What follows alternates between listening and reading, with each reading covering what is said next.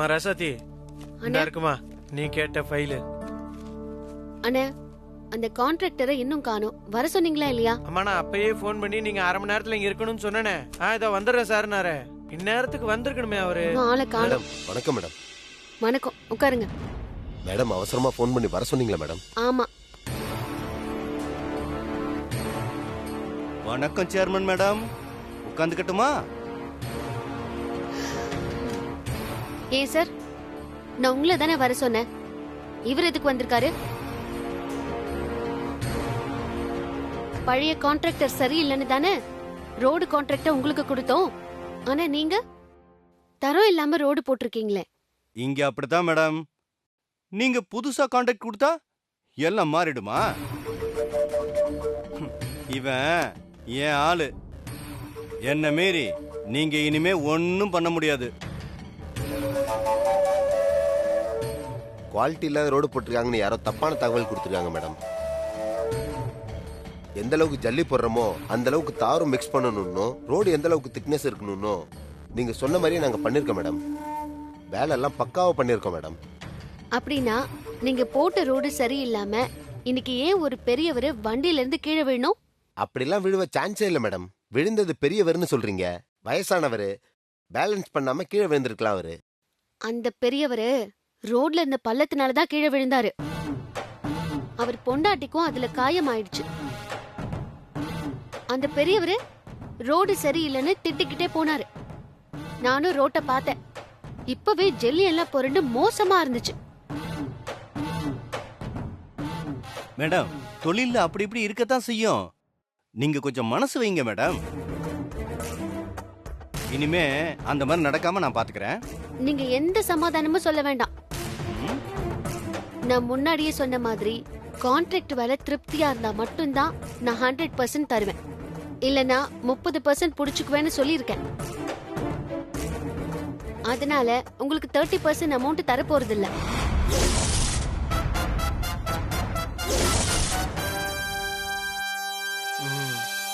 என்ன மேடம் புது கான்ட்ராக்டரா இருக்காரன்னு மிரட்டுறீங்களா? இது உங்களுக்கு தேவையில்லாத விஷயம். இதுல நீங்க தலையிடாம உங்க வேலையை மட்டும் பாருங்க. மேடம் நீங்க பேசுறதெல்லாம் சரிதான்.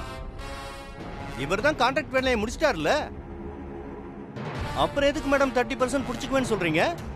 மறுபடியும் சொல்றேன், இந்த விஷயத்துல தலையிட நீங்க யாரு? நான் தலையிடாம வேற யார் தலையிடுவா? இந்த கான்ட்ராக்ட் தம்பி என்னோட பினாமி ஆள் தான்.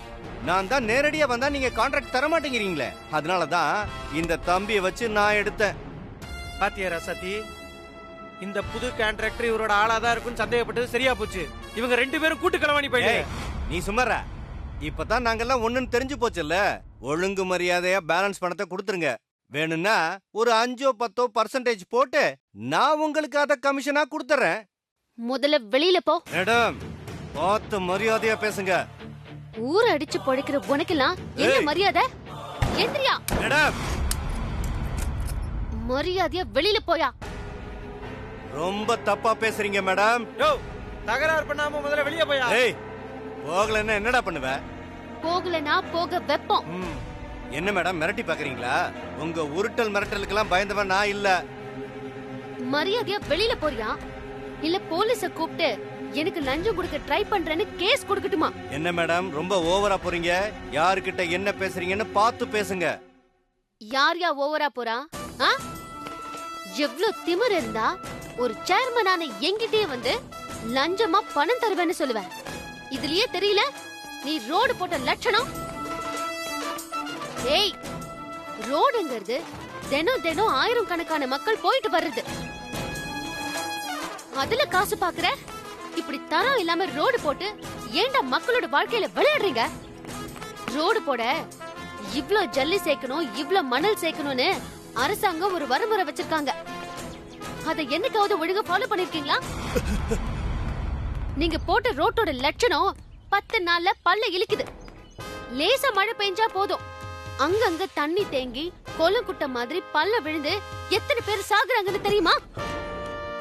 அத பத்தி எல்லாம் உங்களுக்கு என்ன கவலை? உங்களுக்கு பணம் வேணும். அதுல கமிஷன் இதுல கமிஷன் அடிச்சு அடிச்சு சேர்த்து அப்படி எங்க தாண்ட கொண்டு போய் கொட்டுறீங்க? எங்க கொட்டுறானுங்க? எல்லாத்தையும் இவங்க வயித்துலயும் வாயில கொட்டிக்கிறாங்க.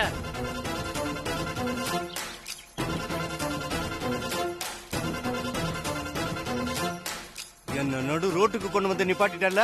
உங்களுக்கு வேணா மக்களை பத்தி அக்கறை இல்லாம இருக்கலாம், ஆனா எனக்கு இருக்கு. அதுக்கு நான் என்ன வேணாலும் செய்வேன். யார வேணாலும் எதிர்த்து கேள்வி கேட்பேன். லஞ்சம் கொடுத்து வாய் அடிக்கலான்னு பாக்குறியா? உன்னை என்ன செய்யறேன்னு பாரு. ஏய், உன் திமிர நீ காட்டிட்டல. என்ன எப்படி நடுத்தெரு ரோட்ல நிறுத்தனியோ அதே மாதிரி உன் குடும்பத்தையும் நடுத்தெரு ரோட்ல நிறுத்தல. நான் யாருன்னு பாரு. ஏய், அது நீ இல்ல, உங்க அப்பா நினைச்சாலும் நடக்காது. எனக்கு என் குடும்பம் தான் எல்லாம். அதுக்கு ஏதாவது ஒரு பிரச்சனைனா பாத்துக்கிட்டு சும்மா இருக்க மாட்டேன். உன்னால முடிஞ்சது பாத்துக்கோ. ஏய், சவால விடுற. நான் முன்னாள் சேர்மன், மறந்துடாத. இனி மேல நடக்க போறத நீ பாரு.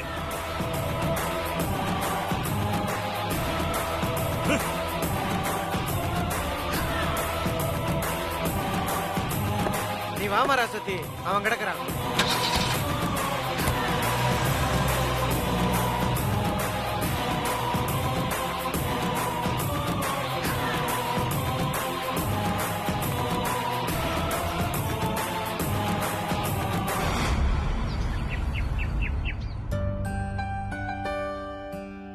இந்தாங்கம்மா.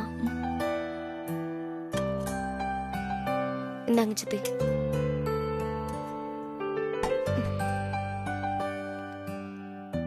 மங்க, தாய் கழுவிக்கு ஃபோன் பண்ணி சொல்லிட்டியா? வந்துரும்ல? நேத்தே சொல்லிட்டேன்க்கா. இன்னைக்கு வந்துறேன்னு சொன்னாங்க. இப்ப வர நேரம் தான். அப்பாடா, வந்துட்டா ஒரு பிரச்சனை முடிஞ்சது. கண்மணிய நல்லபடியா பாத்துக்கும். ஏன்னா அதுக்கு எல்லாமே தெரியும். ஆமாக்கா, நமக்கும் எல்லாமே தெரிஞ்சிடும். கண்டிப்பா வந்துருவாங்கக்கா.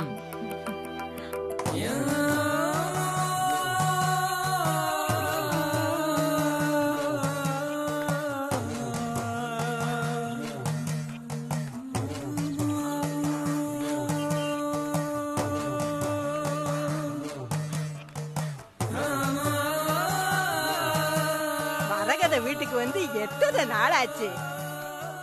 வரகதா, வரகதா.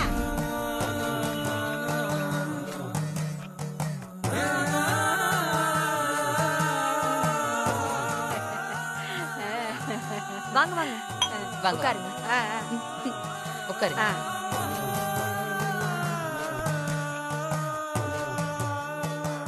என்னடியம்மா மரகதா, எப்படி இருக்க? பார்த்து ரொம்ப நாள் ஆச்சு. நான் நல்லா இருக்கேன் கிழவி. நீ எப்படி இருக்க? எனக்கு என்னடி குறைச்சலு? கல்லு குண்டாட்டா நல்லாதான் இருக்கேன். ஆமா, திடீர்னு எதுக்கு போன் பண்ணி வர சொன்ன? எல்லாம் நல்ல விஷயம்தான். நல்ல விஷயமா? அம்மாடி, உன் வீட்டுல பிரசவம் பார்த்து எவ்வளவு நாளாச்சு. இதுக்காக தான் காத்துக்கிட்டு இருந்தேன். இப்பதான் காலம் கனிஞ்சிருக்கு. ஆமா, யாரு உண்டாயிருக்கா? கிழவி, என்ன அப்படி பாக்குற? இரு இரு, அந்த நல்ல விஷயத்த அக்கா அவங்க வாயாலே சொல்லுவாங்க. கிழவி, என் வீட்டு மூத்த மருமக கண்மணி முழுகாம இருக்கா. அவளுக்கு நாட்டு மருந்து, பத்திய சாப்பாடு இதையெல்லாம் செஞ்சு கொடுக்கதான் உன்னை வர சொன்னேன். கண்மணியோட பிரசவம் வரைக்கும் நீ இங்கதான் இருக்கணும். அதுக்கு என்ன, இருந்துட்டா போச்சு. சரியா? வா கண்மணி. கண்மணி, இது மாரியம்மா கிழவி. உன்னை கவனிச்சுக்கதான் ஊர்ல இருந்து வந்திருக்கு. இது என்ன சொல்லுதோ அதை கேட்டு அதுபடி நடந்துக்கோ. அதான் நல்லது. சரிங்க அத்தை.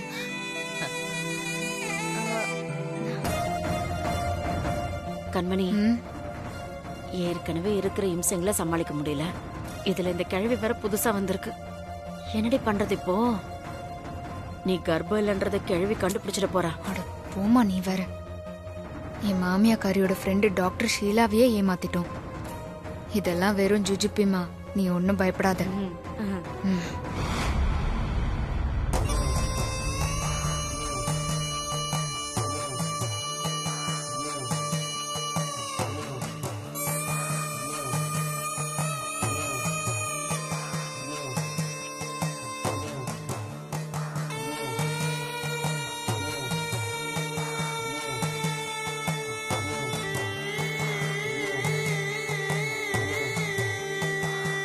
என்ன கிழவி அப்படி பாக்குற? சும்மாதான் பார்த்தேன். நீ பாக்குற பார்வையிலேயே என் பொண்ணுக்கு கண்ணு பற்ற போகுது.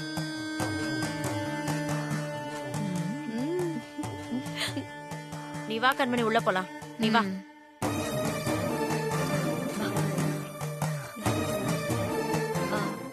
கிழவி, ஊர்ல இருந்து டயர்டா வந்திருப்ப. வா, உனக்கு சாப்பிட ஏதாவது தரேன். இருக்கட்டும் தாயி, அப்புறமா சாப்பிட்டுக்கிறேன். சரி, நீ அப்புறமாவே சாப்பிட்டுக்கோ. ஆனா உன்னை வர சொன்னதுக்கு காரணமே வேற. என்ன தாயி சொல்ற? அந்த கண்மணி முதல்ல கர்ப்பமா இருக்காளா இல்லையானே எங்களுக்கு டவுட்டா இருக்கு. அத நீதான் எப்படியாவது எங்களுக்கு கண்டுபிடிச்சு சொல்லணும். ஓ, அப்படியா சங்கதி? அவ யார வேணாலும் ஏமாத்தலாம், ஆனா என்ன ஏமாத்த முடியாது. நாடிய புடிச்சு பார்த்தா எல்லாம் தெரிஞ்சிட போகுது.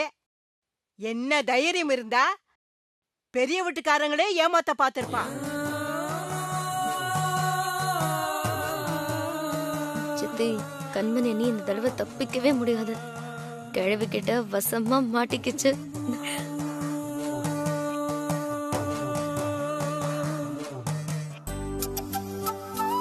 அண்ணா, ஒரு செங்கல் தேவைப்படுது. போற வழியில சரி அப்படியே உங்களை பார்த்து கேட்டு போலான்னு வந்தேன். எப்ப தருவீங்க? ஒரு லோடு தானே? ஆமா. நாங்க அனுப்பி வைக்கிறோம். சரி, அட்வான்ஸ் எவ்வளவு கொடுக்கணும்னு சொல்லுங்க. இருக்கிறத கொடுங்க தம்பி. எவ்வளவுன்னு சொல்லுங்க. கொடுங்க, அப்புறம் பாத்துக்கலாம். இதுல 3000 ரூபாய் இருக்கு. இனியா,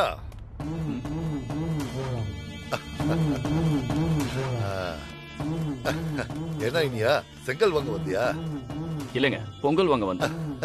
நல்ல ரைமிங்கா பேசுறீங்க. செங்கல் பொங்கல் நல்ல எதுகை மோனையா இருக்கு. எல்லாம் உங்ககிட்ட இருந்து கத்துக்கிட்டதுதான்.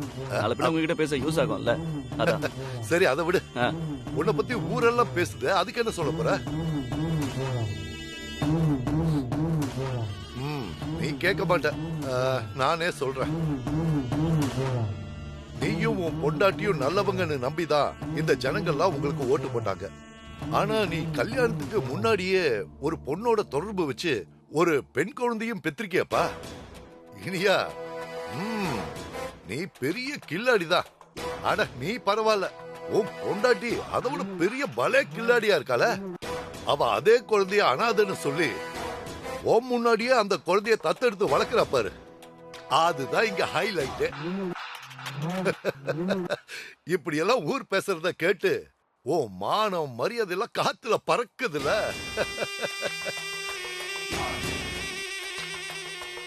இப்படிலாம் பேசி என்ன பெருப்பத்தலான்னு பாக்குறீங்களா? அதெல்லாம் இங்க நடக்காது.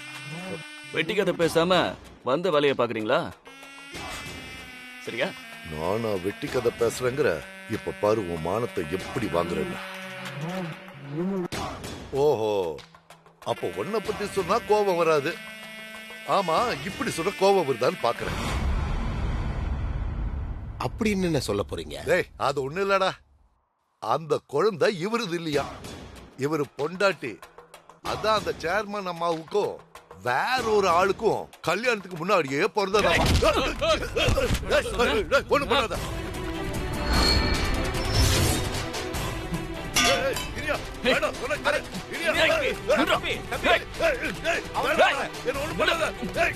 என்ன ஒண்ணு பண்ணிடாத, என்ன ஒண்ணு பண்ணிடாத. வேண்டாம், விட மாட்டேன். என்ன ஒண்ணு பண்ணிடாத. வேண்டாம் இனியா, சொன்ன கேளு. வேண்டாம் இனியா, விட மாட்டேன்.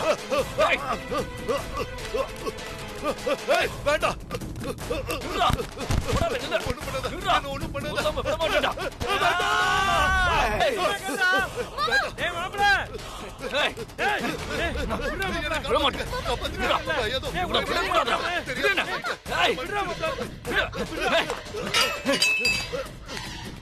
ஏன் மாமா இப்படி பண்றீங்க? என்ன சொன்னா தெரியுமா? உன்னை பத்தி தப்பா பேசுறான். நான் சொல்றது கேளுங்க மாமா. வேண்டாம், விட்டுங்க. விடுங்கறல. மாமா, என்ன மாமா சொல்றீங்க? தப்பா பேசினாரா? சரி, என்ன பத்தி பேசட்டும். விடுங்க மாமா. மாமா, கொஞ்சம் அமைதியா இருங்க மாமா. நான் சொல்றது கொஞ்சம் கேக்குறீங்களா? இவனை குத்திட்டு ஜெயிலுக்கு போனா நமக்கு தானே நஷ்டம்.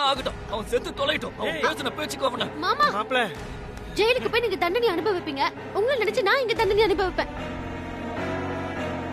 டேய் மாப்ள, அமைதியா இருடா. மாமா, டேய், ஏதாவது ஒண்ணு கிடக்க ஒண்ணு ஆயிடுச்சுனா என்னடா பண்றது? இன்னைக்கு கூட கொல்லாம விட மாட்டேன். கேளுங்க மாமா. பேசின பேச்சுக்கு நீங்க அவனை வெட்டி போலி போட மாட்டேன். மாப்ள, பொறுமையா இருடா. டேய் டேய், கொல்லாம விட மாட்டேன். என் மாப்ள ஒண்ணு ஏதாவது பண்றதுக்கு முன்னாடி இங்க இருந்து போயிரியா.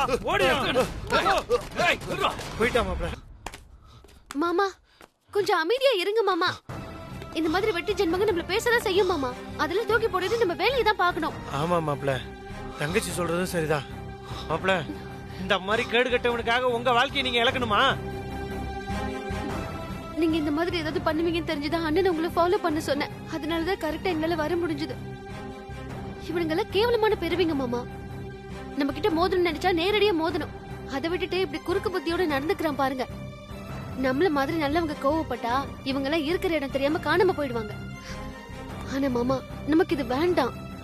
வாங்க போலாம். ஆமா மாப்ள, மாமாப்ள போலாம். மாமா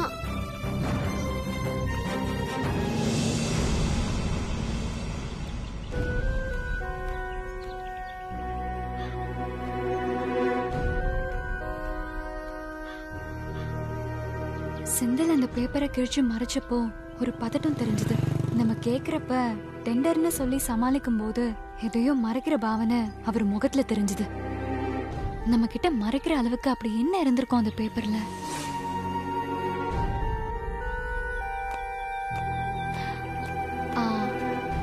அண்ணா, இந்த பேப்பர் ஒண்ணு கொடுங்க. எடுத்துக்கமா. இந்த ஒரு பேப்பர் மட்டும். ஒரு பேப்பர் 6 ரூபாமா? எவ்வளவு? 6 ரூபா.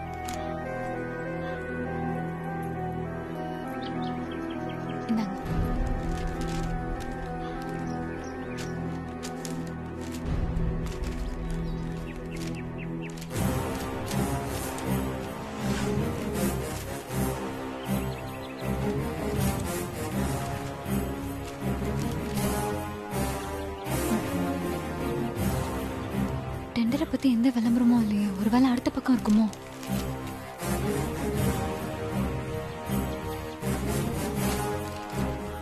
இந்த பக்கத்துலயும் எதுவும் இல்லை.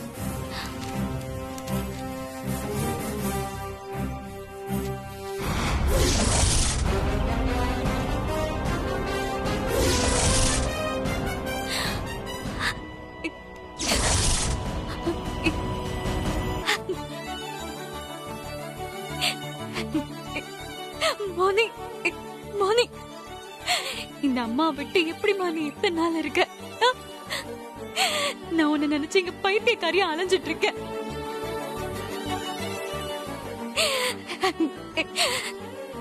நான் உன்னை நினைச்சு அழாத நாளே இல்ல.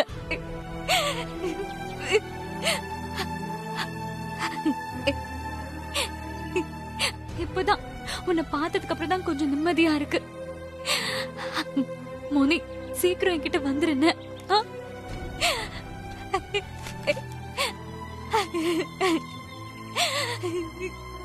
ஏமா, என்னம்மா, என்னாச்சு? ஏமா அழுவுற? பேப்பர் வாங்கும்போது கூட நல்லா தானே இருந்த. என்னாச்சுமா அது கூட உனக்கு? ஏமா அழுவுற? என்னாச்சு உனக்கு? ஏதாச்சும் பேசுமா. இப்படி அழுதுகிட்டே இருந்தா நாங்க என்ன நினைக்கிறது? ஏமா கேக்குறமல்லம்மா, சொல்லுமா. 6 வயசு பொண்ணு கொஞ்ச நாள் முன்னாடி காணாம போயிட்டா. நானும் அவளை தேடாத இடமே இல்ல. ஆனா அவளை பத்தின எந்த விஷயமும் இன்ன வரைக்கும் எனக்கு தெரியல. இப்ப இந்த பேப்பர் மூலியமா தான் இப்ப அவ எங்க இருக்கான்ற தகவல் எனக்கு தெரிஞ்சது. அதான் அந்த சந்தோஷத்துல அழுதுட்டேன். இதோ இவதான் என் பொண்ணு. பேரு மோனிஷா.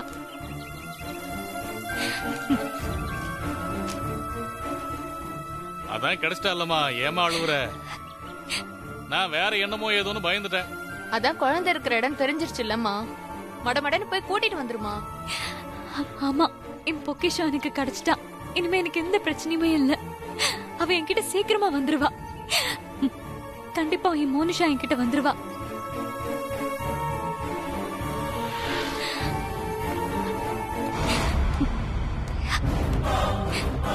ஆனா இது எதுக்கு செந்தில் என்கிட்ட இருந்து மறைக்கணும்? ஒன்னும் புரியலையே.